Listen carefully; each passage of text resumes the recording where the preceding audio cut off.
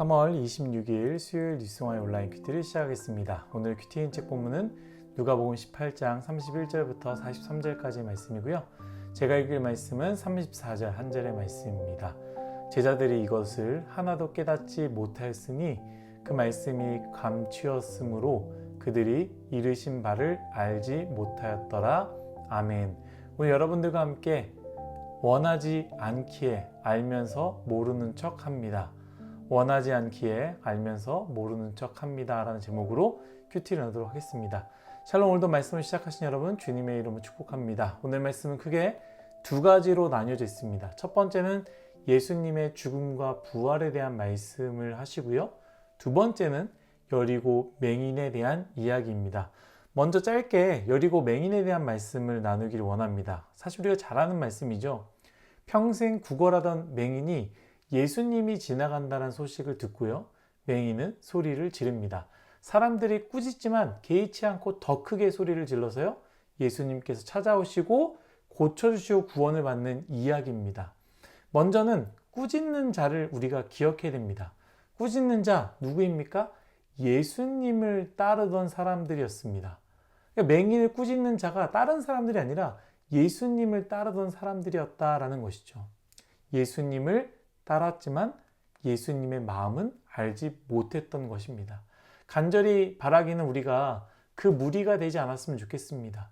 쫓아가지만 따르지만 예수님의 마음을 모르는 사람, 그런 사람이 되지 않기를 간절히 바라겠습니다.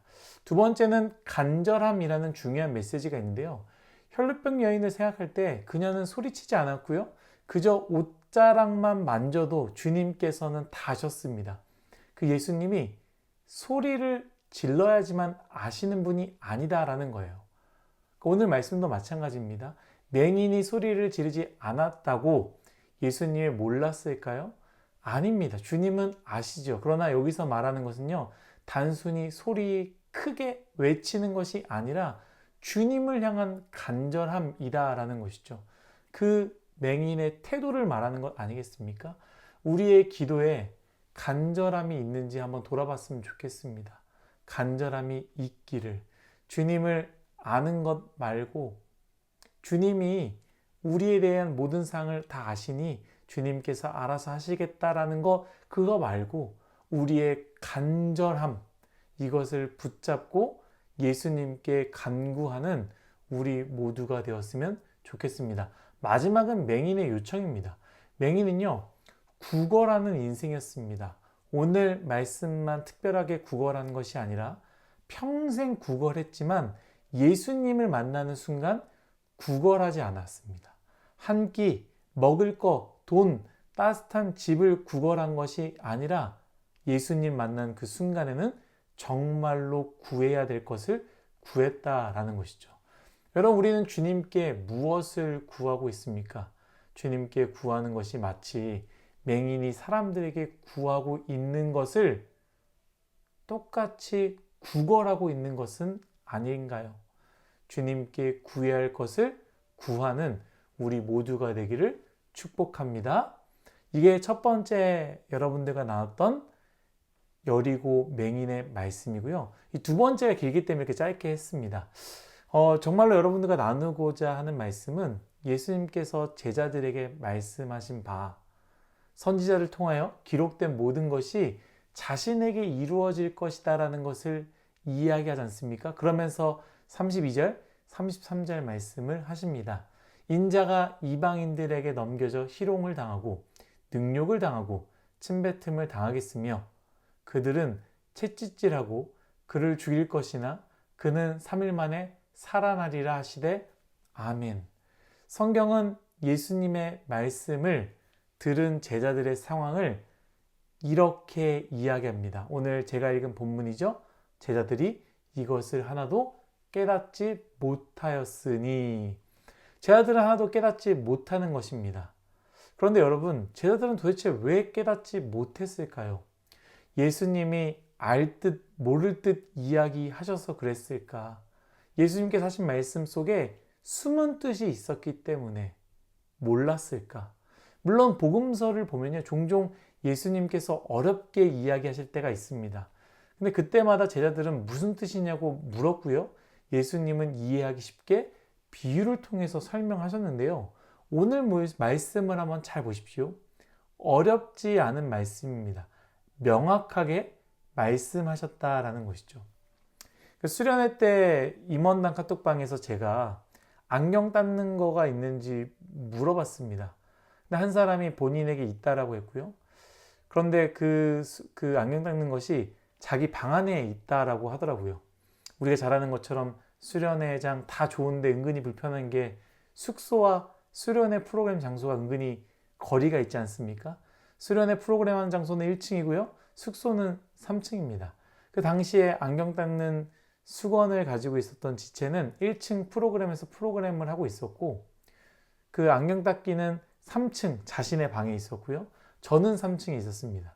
그래서 제가 물어봤어요. 괜찮으면 내가 방에 들어가서 가방 속에 있는 그 안경 닦는 것을 꺼내도 될까? 라고 그랬더니 그 친구도 그렇게 해도 된다고 해서요. 저는 방에 들어가 수건을 꺼내서 안경을 닦고 있었습니다.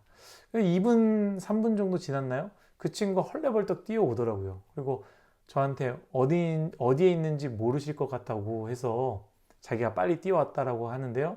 그래서 내가 뭘 이거까지 뛰어왔냐.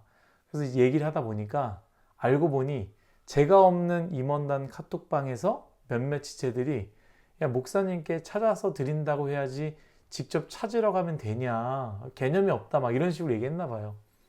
왜 목사님의 숨은 뜻을, 숨은 말을 못 알아듣냐? 라고 그랬던 것 같습니다.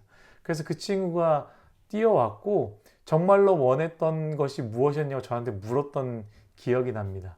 근데 정말로 저는 그런 의미가 아니었고요. 그저 위치를 물어봤고 제가 찾아도 되는지. 왜냐하면 방 안이고 개인 가방이니 묻지 않고 함부로 꺼내면 안 되니까. 괜히 꺼냈는데 거기에 술이나 담배 같은 게 있으면 안 되잖아요. 그래서 먼저 물어보고 괜찮다고 하면 꺼낼 생각이었습니다만 제가 이야기했던 것들이 다른 사람에게는 오해가 된 것입니다. 물론 종종 말 속에 숨은 뜻이 있습니다. 말에 뼈가 있기도 하고요. 무언가 암시하는 말도 있죠. 그래서 때로는 숨은 의도를 찾아내려고 노력하기도 합니다. 그런데 오늘 말씀을 보십시오. 오늘 말씀에는요, 숨은 뜻이 있나요? 아닙니다. 그대로 말씀하셨습니다. 첫 번째, 선지자들을 통하여 기록된 말씀이 나에게 이루어질 것이다. 두 번째, 기록된 말씀대로 나는 능욕을 받을 것이며 침뱉음을 당할 것이며 심지어 죽을 것이며 또한 3일 만에 부활할 것이다. 명확하게 기록된 선지자들의 말씀이었고요. 메시아인 예수님께 이루어질 말씀이며 숨은 의도 없이 직접 말씀하셨습니다. 그럼에도 제자들은 깨닫지 못한 것이죠. 제자들이 선지자들의 말씀을 몰랐거나 혹은 제자들이 예수님을 메시아로 받아들이지 않았을 수도 있습니다. 이 둘 중에 하나가 아니었을까 생각할 수 있지만 아닙니다. 제자들은요, 선지자들의 말씀도 알았고요. 제자들은 예수님을 메시아로도 알았습니다. 다만 무엇이 문제냐? 오늘 본문 말씀처럼 말씀이 감추어졌다라는 그 원문의 의미처럼 하나님이 숨기셔서 깨닫지 못하는 것이 아니라 제자들이 가졌던 예수님을 향한 잘못된 기대와 잘못된 선입견으로 믿고 싶은 것만 믿음으로 말미암아 말씀을 깨닫지 못한 것이죠. 베드로가 아니라 마태복음 16장에 보면 우리가 잘 아는 베드로의 고백이 있습니다. 비슷한 상황이에요. 베드로가 예수님께 주는 그리스도시요 살아계신 하나님의 아들입니다라고 엄청난 고백을 하지 않습니까? 그 고백 직후에 예수님께서 자신의 죽음과 부활을 말씀하시자 베드로가 어떻게 했습니까? 마태복음 16장 22절 말씀입니다. 베드로가 예수를 붙들고 항변하여 이르되 주여 그리 마옵소서 이 일이 결코 주께 미치지 아니하리이다. 아멘.